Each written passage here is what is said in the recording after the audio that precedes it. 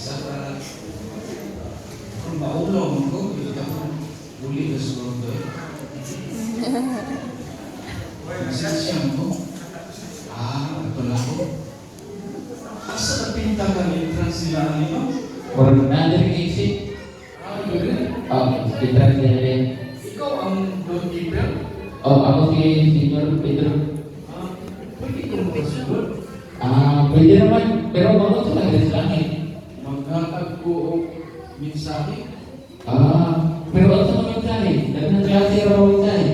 Mensahe para pag-asip? Sige. Kuwan na ba nun ka na bagong simana ba sa New Year? Oo, New Year. Pwede ra? Pwede kayo. Tayo, nagkapan ka. Laki mo nagkapan. Wala. Sakan sa laki. Teka, ikot niya yung ulo. Salamat.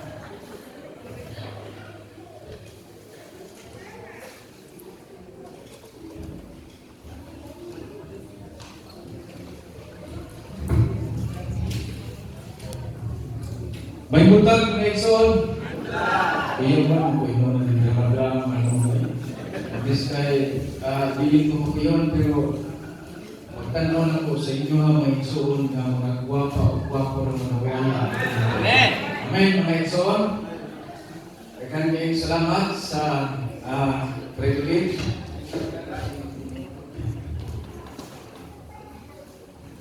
Di pa ko may Exxon nga kitang tanan nag-alagad sa Ginoo ining primero nga simana ng Exxon. Sa atong New Year mga Exxon, giunsa man nato pagsugat ang bag-ong tuig. Sakto ba ang atong nga pagsugat? Unsa man ninyo pagsugat mga Exxon? Atong mga prutas nga mingin? Mao na atong kasagaran. Ito yung pinagkalingin ng kusok siya mukuyok. Uligi ba? Yan, klase-klase. Mao na ang atong mga pagsugat. Yan, uban, magkungkunuhay sila o sinsilyo. Yan, ilang kunuhay, uyog-uyogon. Kaya aron, ano sa man? Puntahan sila. Kunya, ang uban mga igsoon, kung imong tanawon, ang katong mga mupo, mga igsoon, maglukso-lukso. Kaya gusto mo taas. Kunya, katong mga mupo o ilong, sa Manila. Sliton. Pwede na siguro na ito, Sliton. Kaya mga limo, kapag Ginoo, mga gwapa, magwapo. Ang akuha yun, mga igsoon nga gihandom. Wala ko lang ambak-ambak, wala sa mga pislit sa ilong, kay lapat ko na daan. Ang ako rin yung gihandom ng igsoon pagtuwid is pakas anak ko akong pasensya. Kita mga igsoon, mga asawa ba na patasan yun nato ang atong pasensya. Ngano? Kay kung atong pauksan mga igsoon, dali na tamo kita unalis. Yang akong permitin nalalis, ang ako ba yung asawa? Anak-anak, kaya ka lang pinti ang asawa. Muna, karong tuwid ka mga igsoon, atong panikamutan ng patasan nato ang atong pasensya. Mini kabutagon mga igsoon, dili na nako tason umayon tungod kay nakita nato sa presentasyon sa mga muli ang mga superintendents ng igsoon, Sabbath School Council. Nag-isugdan na to ang permirong Sabado ng igsoon, inubanan sa mga batanon. Ang tumog na to, tinuha ng igsoon, ng atong pagsimba sa Ginoo. Kaya ang bahanay tama, dili ta magulan mga igsoon. Muna sila gitawag og total member involvement mga igsoon. Di kinahanglan.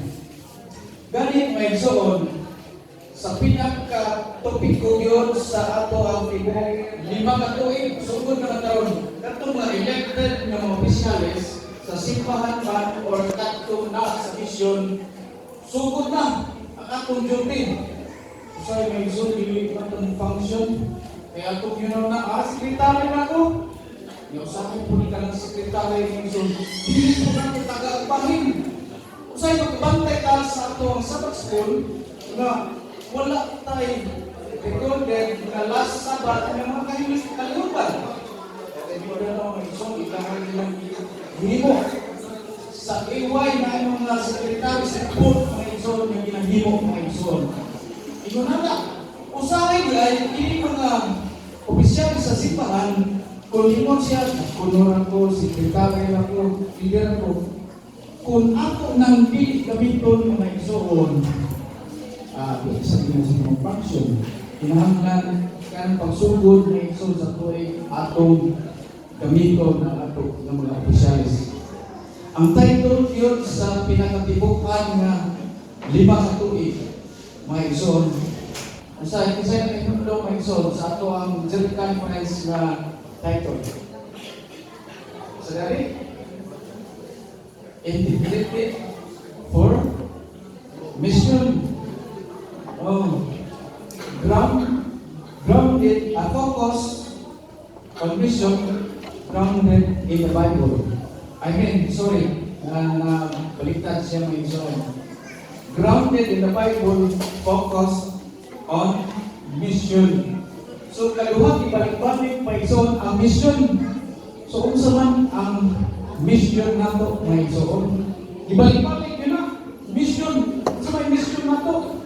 Ganong kinahanglan man kita mag-mission. Akong nakita mga isoon, kini ang ikinahanglan nato sa ato ang panahon karon kani pag-volunteer kita. Pag-voluntaryo ba? Tungod kay yung pag-volunteer mga isoon. Kung muna-una ang mga to, mga iso volunteer. Dili lang ko. Kunya kung ato sa taas kong trabaho ng iso, pwede man ato ni siya. Busy, inabot sa balay, magkog. Pati na kita katrabaho. So nagkinahanglan ka o mga voluntaryo. Sa dili para mutuon sa lukab sa Biblia may isoon, magtuon pag-amputa. Kalay ko ng Diyos, kaya sa mga kinabuhi. Among ipaubos ang among mga kaugalingon tungkol kay kami nakasasala. Pasalamat sa grasya ng inyong yata ng kaluwasan ng dapat na nagatuulog kami sa mga ulong kagalit kami o kaalam sa ngalan ni Jesus. Amen. Sa tibuok tuig mga isoon, ang Iglesia sa Tabuno, doon na tayo crusade nga gihimo, right? Ang unang crusade katong mga elders crusade nga pila gani ang atong nabautismuhan? 5. Unya sunod katong catalyst group nga dito gihapon sa pugong nato ihel. Uno. So 11. Sunod kinsa pa? Pila pa sunod? Si Brother Arnold o si asawa. 2. Brother Jimboy. 3. Last December 19, atong pasalamatan si Brother Jimboy Paes. Kuyong nato karon nga midawat siya sa bautismo. Niya kuyong nato mga igsoon. So kinsa man tong mga kaigsuonan nga nidawat sa bautismo last kuyong nato karon. Niya kuyong nato karon. Sister Rose, naa ka ba na to? Kinsa pa? Si Brother Luting, na ba? Wala pa. Pero mauna ang ato ang bihimo. Uban pa, napay uban niya, wala nang makita. Salamat sa Iglesia sa Tabuno nga nagtinabangay niini nga mga pamaagi may igsoon. Tungod kay nagkinahanglan ta og mga volunteers nga pagpadako sa pagmensahe ng igsoon. Akong basahon mo rin nga kinahanglan ta ng voluntaryo ng igsoon.